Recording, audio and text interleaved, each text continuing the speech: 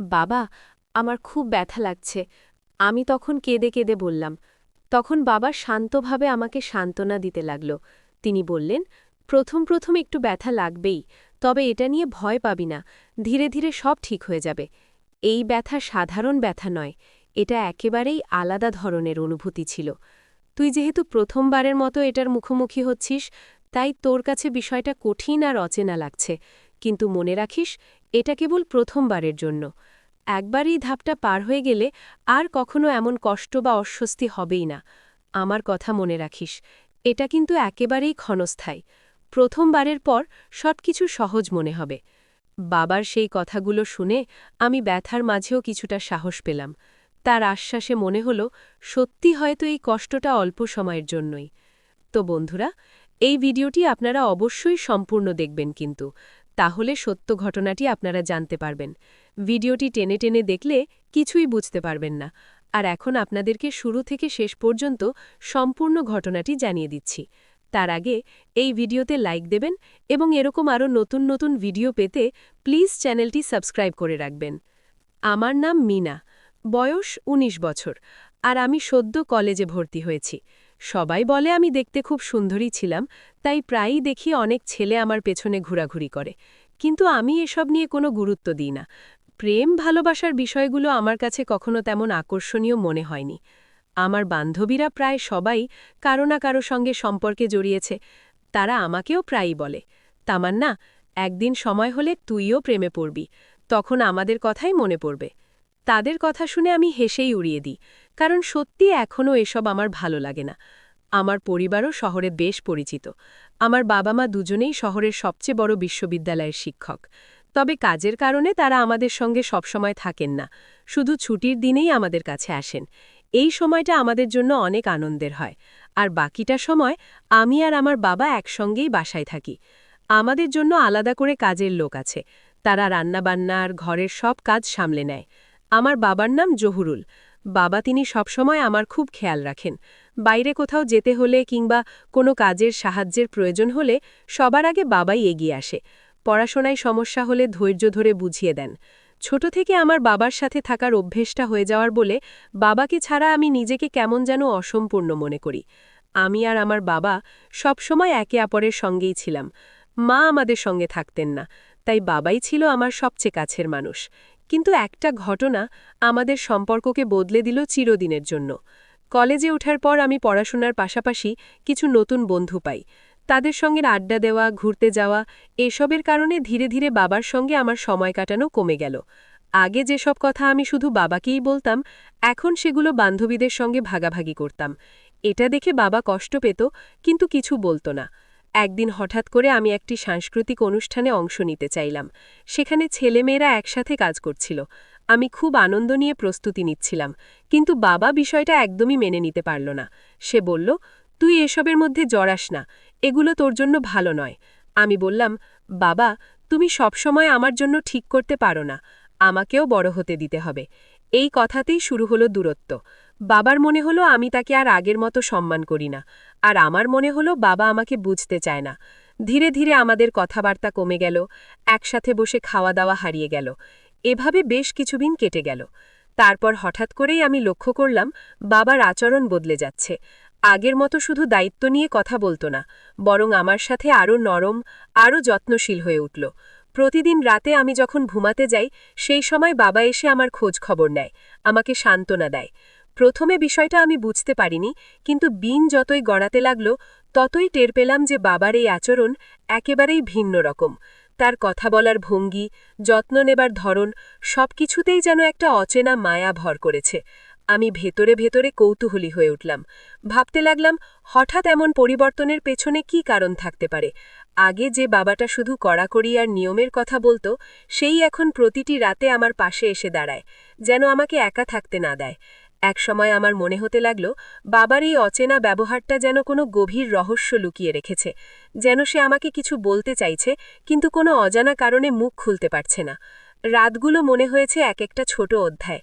প্রতিটা রাতেই আমি বাবার রহস্য জানার জন্য ছোট ছোট চেষ্টা করে যাচ্ছি, কিন্তু সে প্রতিবারই কিছু না কিছুভাবে এড়িয়ে যাচ্ছে।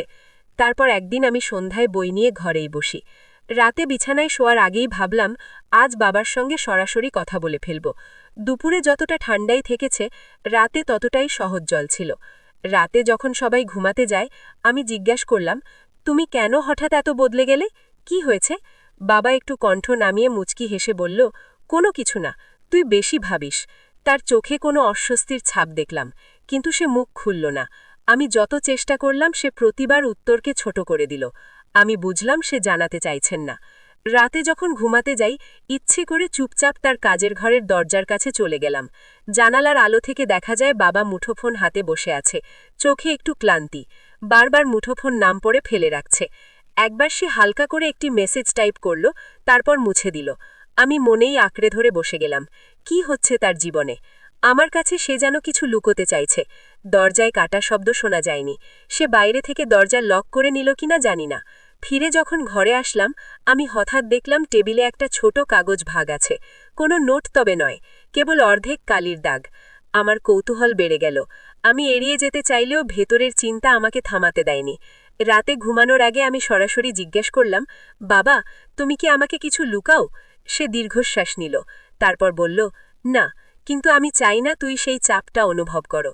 তার চোখে এক অজানা একটা দুঃখ দেখলাম আমি। কিছু বলার আগে সে মুখ বুজে নিল।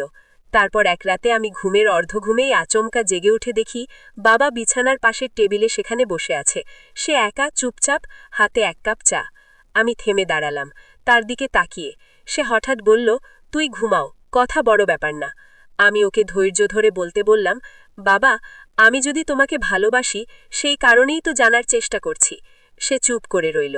তারপর অচেনা এক কণ্ঠে বলল, আমার জন্য ভালো, তাই তোর সাথে এমন আচরণ। সেই কথায় আমাকে আরও বিভ্রান্ত করল। তার ভালোর ব্যাখ্যা কি এমন যা আমাকে এড়িয়ে রাখবে? তারপর আমি লক্ষ্য করলাম, বালা প্রতিদিনই আমার সঙ্গে শুতে চাইত, আর সবসময় বাঁ পাশেই ঘুমোতে জোর করতেন তিনি। কেন সে শুধু বাঁ পাশেই থাকতে চাইত, সেটা আমার কাছে রহস্যই রয়ে গেল। শুধু তাই নয়, রাতে শোবার আগে সে বারবার বলতো, সব লাইট বন্ধ করে দাও। এমনকি জিরো বাল্ব পর্যন্ত তিনি নিভিয়ে পুরো ঘরকে অন্ধকার করে দিত। আমি ভাবতে লাগলাম, আলো অন্ধকারের এই খেলা আর তার বাঁ পাশে ঘুমানোর জেদ, এর পেছনে আসল রহস্যটা কি? আমি ভেতরে ভেতরে আতঙ্ক আর কৌতূহলের মধ্যে পড়ে গেলাম। অন্ধকার ঘরে ভাইয়ার এমন আচরণের পেছনে কি আছে সেটা বুঝতে পারছিলাম না। মনে হচ্ছিল সে ইচ্ছে করেই কিছু একটা আমার চোখের আড়ালে রাখতে চাইছে। আমি আর কিছু না করে বসে থাকতে পারলাম না। এক রাত কৌতূহলকে হার মানিয়ে জাগার সিদ্ধান্ত নিলাম। ঘরটি সম্পূর্ণ অন্ধকার, শুধু চাঁদের হালকা আলো ভেতরে পড়ছিল। দেখি বাবা ধীরে ধীরে বালিশ ঠিক করছে। তারপর আমার পাশে বসে খানিকটা স্থির হয়ে থাকল। সে যেন ভাবছিল আমি ঘুমাচ্ছি নাকি দেখছি। হঠাৎ তার চোখে এক অদ্ভুত ভাব দেখলাম, কোনো সুখ বা রাগ নয়। বাবা তারপর আমাকে বলল, তোর সঙ্গে আমি অনেকদিন ধরে একটি কথা শেয়ার করতে চাই, কিন্তু এখনো বলতে পারিনি। বহুবার চেষ্টা করেছি, কিন্তু সবসময় থেমে গেছি। শুনিস, আমি তোর উপর জোর করব না, কোনো জবরদস্তি করব না। সবকিছু তোর ইচ্ছা মতো হবে। যদি তুই নিজের ইচ্ছায় রাজি থাকিস, তাহলে ঠিক আছে, আর না থাকলে তুই নিশ্চিন্তে অস্বীকার করতে পারিস। এই কথাগুলো কিন্তু তুই কাউকে বলবি না। আমি তোর বাবা ঠিকই, কিন্তু এতদিন ধরে আমি যা অনুভব করেছি সেটার কথা বলতেই পারিনি। এবার বলার একটু সাহস হলো, কেবল তোর কাছে। আমি অবাক হয়ে তার দিকে তাকিয়ে রইলাম। তার চোখে এক অদ্ভুত মিশ্র অনুভূতি, ভয়, লজ্জা সবই ছিল। সেই মুহূর্তে আমার মনে হলো, বাবা শুধু আমার যত্ন নিচ্ছে না, সে আমার প্রতি কোনো গভীর অনুভূতি রাখে, যা এতদিন লুকিয়ে রেখেছে। কিন্তু ঠিক তখনই ভেতরে একটা অদ্ভুত দ্বিধা অনুভব করলাম। আমি কিভাবে প্রতিক্রিয়া দেখাবো? কিভাবে সে কথাগুলো বুঝব? আমার মন ঝড়ের মধ্যে যেন তলিয়ে যাচ্ছিল। বাবা কিছুক্ষণ চুপচাপ রইল। তারপর শান্ত স্বরে বলল, আমি শুধু চাই তুই বুঝিস, সবকিছু আমার উদ্দেশ্য ভালোই। আমি চাই না কোনো ভুল বোঝাবুঝি হয়। তাই আজ বললাম, শুধু তোর কাছে। আমি ধীরে ধীরে নিজের কণ্ঠে বললাম, বাবা, আমি চেষ্টা করব বুঝতে, কিন্তু একটু সময় চাই। সেই রাতটি যেন আমাদের সম্পর্কের ইতিহাসে এক নতুন অধ্যায় শুরু করল। আমার কৌতূহল, ভীতি আর অবাক হওয়া সবই একসাথে মিশে একটি অদ্ভুত আবেগে পরিণত হল। আমি বুঝতে পারলাম, যেই রহস্য এতদিন লুকানো ছিল তার প্রথম আভাস আজ আমার চোখের সামনে এসেছে। তারপর রাতের অন্ধকারে আমরা দুজনে কিছুক্ষণ চুপচাপ বসে রইলাম। ঘরের নিস্তব্ধতা কেবল আমাদের নিঃশ্বাসের শব্দ শোনাচ্ছিল। আমার হৃদস্পন্দন তীব্র হয়ে উঠল। মনে হলো সময়ও যেন থমকে গেছে। আমি ধীরে ধীরে বললাম, বাবা, তুমি কি চাইছো আমাকে বুঝাতে? আমি ধীরে ধীরে বুঝতে পারলাম যে বাবা সবসময় আমার খেয়াল রাখছে, আমাকে ভালোবাসছে এবং নিরাপদ রাখতে চাইছে।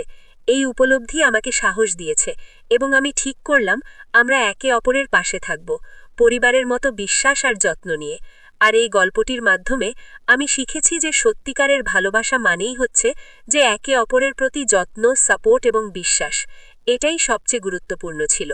বন্ধুরা, গল্পটি কিন্তু এখানেই শেষ নয়। এই গল্পটির দ্বিতীয় পর্ব অবশ্যই রয়েছে। যদি আপনারা দ্বিতীয় পর্ব পেতে চান তাহলে অবশ্যই এই চ্যানেলটি এক্ষুনি সাবস্ক্রাইব করে রাখবেন। আর আগে থেকে যারা সাবস্ক্রাইব করে রেখেছেন আপনাদেরকে অসংখ্য